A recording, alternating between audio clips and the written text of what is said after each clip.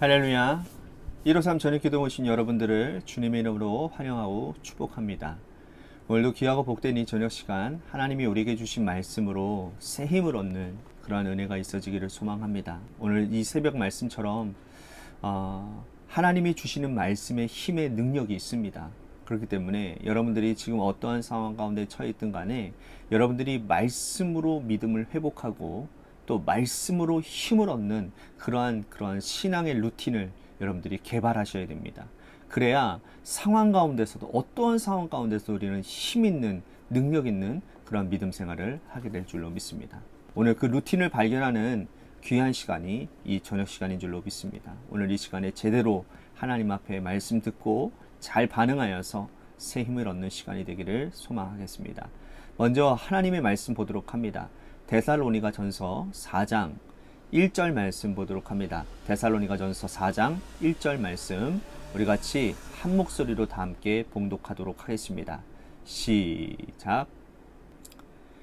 그러므로 형제들아 우리가 끝으로 주 예수 안에서 너희에게 구하고 권면하노니 너희가 마땅히 어떻게 행하며 하나님을 기쁘시게 할 수 있는지를 우리에게 배웠으니 곧 너희가 행한 바를 더욱 많이 힘쓰라.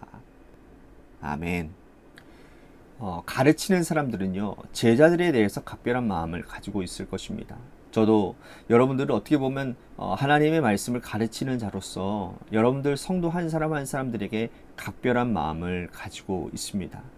그 마음이라고 하는 것은 그 말씀을 받아들이는 사람들의 형편과 상황을 살피고 적절한 방향으로 이끌게 하는 것을 말하는 것이겠죠.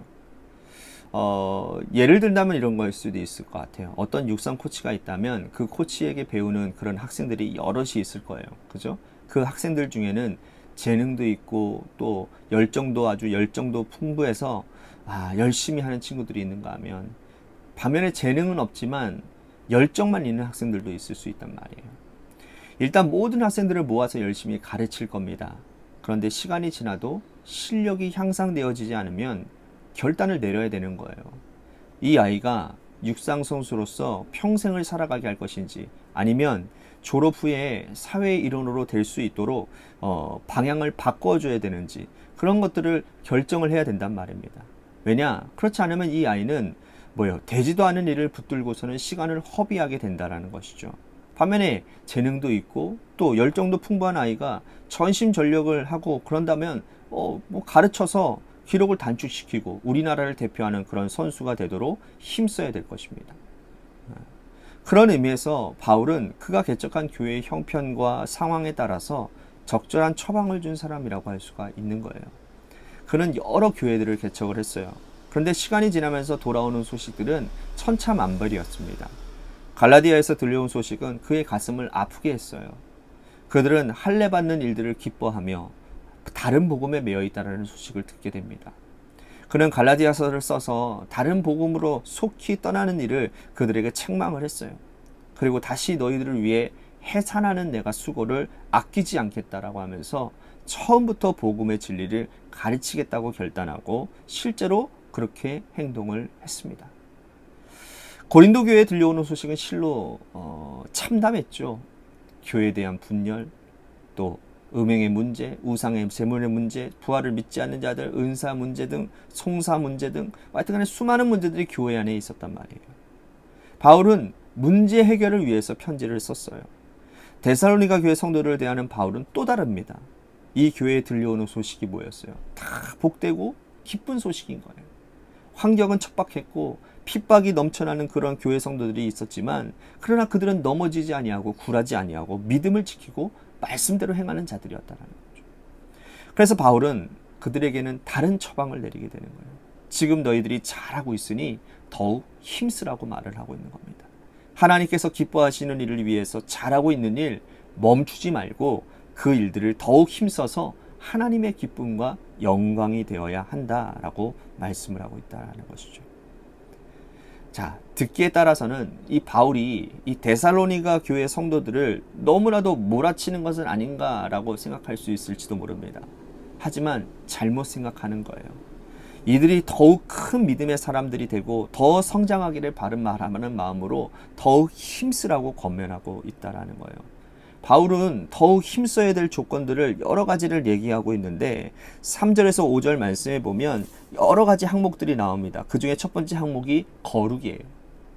거룩은 곧 육체의 성결을 려야 한다라고 말을 합니다. 당시 로마가 다스리고 있는 지역의 사람들은요, 그리스 로마 전통에 따라서 이 육체를 색욕에 방임하는 자들이 많았습니다.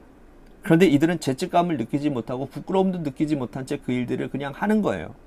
당시 문화가 그랬기 때문이라는 겁니다. 그래서 여러분, 문화가 무서운 거예요. 요즘 젊은이들의 문화를 보면 뭐 당연한 거예요.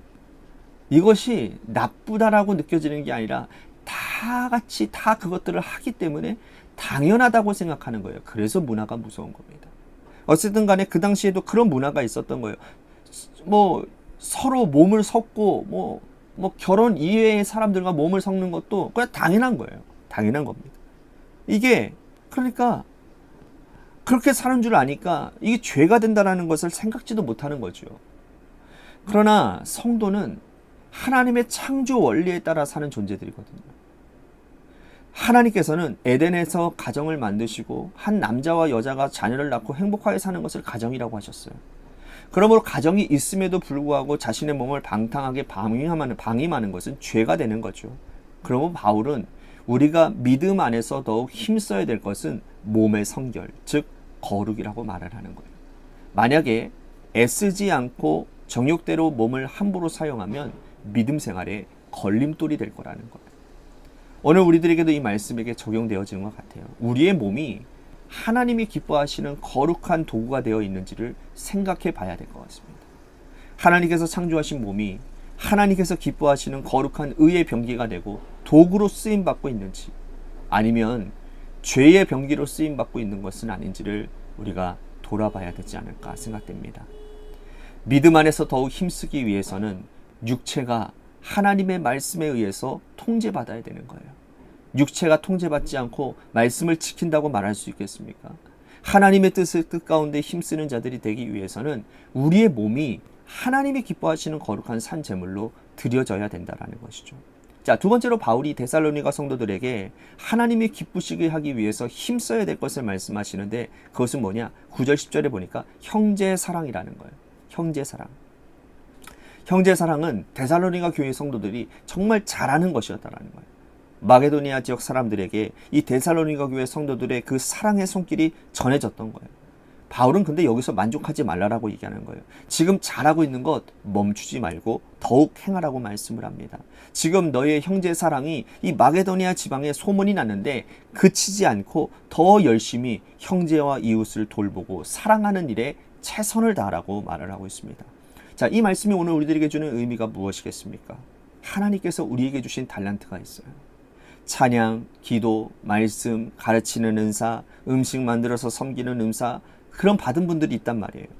이제는 이만하면 할 만큼 했다라고 말하지 말고 하나님 나라 가는 그날까지 하나님께 받은 그 달란트 성실하게 감당하시기를 바랍니다. 멈추지 말고 성실하게 더욱 잘 감당해서 하나님 보시기에 아름다운 열매, 많은 달란트를 남겨야 된다라는 거예요.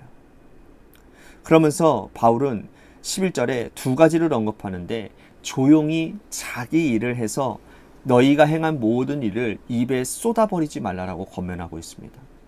여러분 그거 아시죠? 사람들은 자기가 한 일들, 자기가 성실하게 한 것들, 특히나 교회 봉사나 뭐 그런 것들을 떠벌리기를 좋아하는 사람들이 있어요. 누군가가 알아주기를 그런 바라는 사람들이 있어요. 어린아이와 같은 심정인 거죠.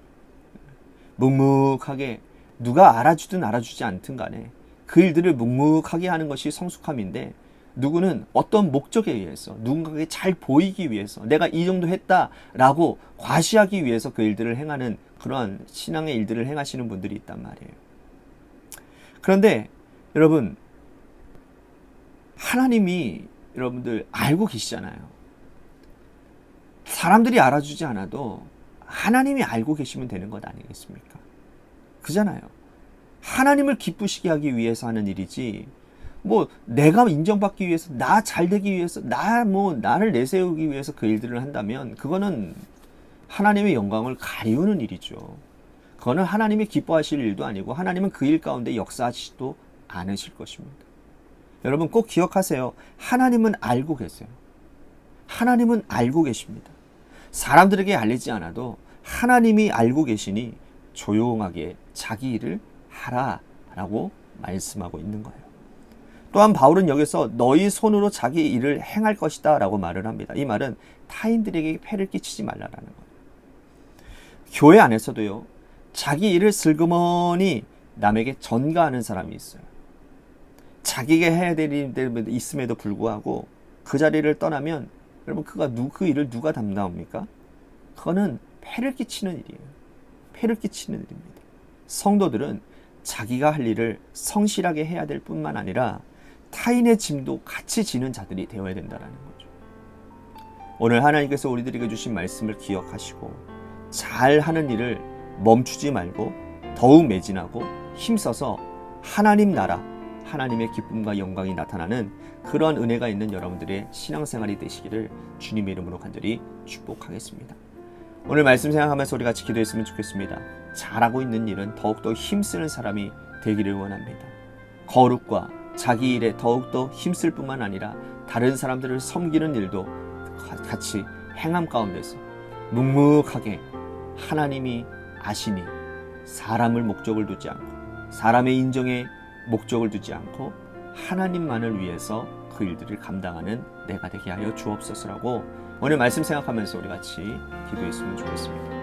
또 한 가지 육신의 질병으로 고통당하시는 분들과 또한 우리 관악교회를 위해서 또한 우리 재개발 가운데 놓여져 있는 주님의 교회를 위해서도 기도해 주시기를 바라고 또한 여러분들의 삶의 자리와 여러분들의 자녀들을 위해서 마지막으로 이번 돌아오는 토요일에 있을 우리 이찬호 성도님, 장은주 성도님의 결혼식을 위해서도 기도해 주시기를 바라겠습니다.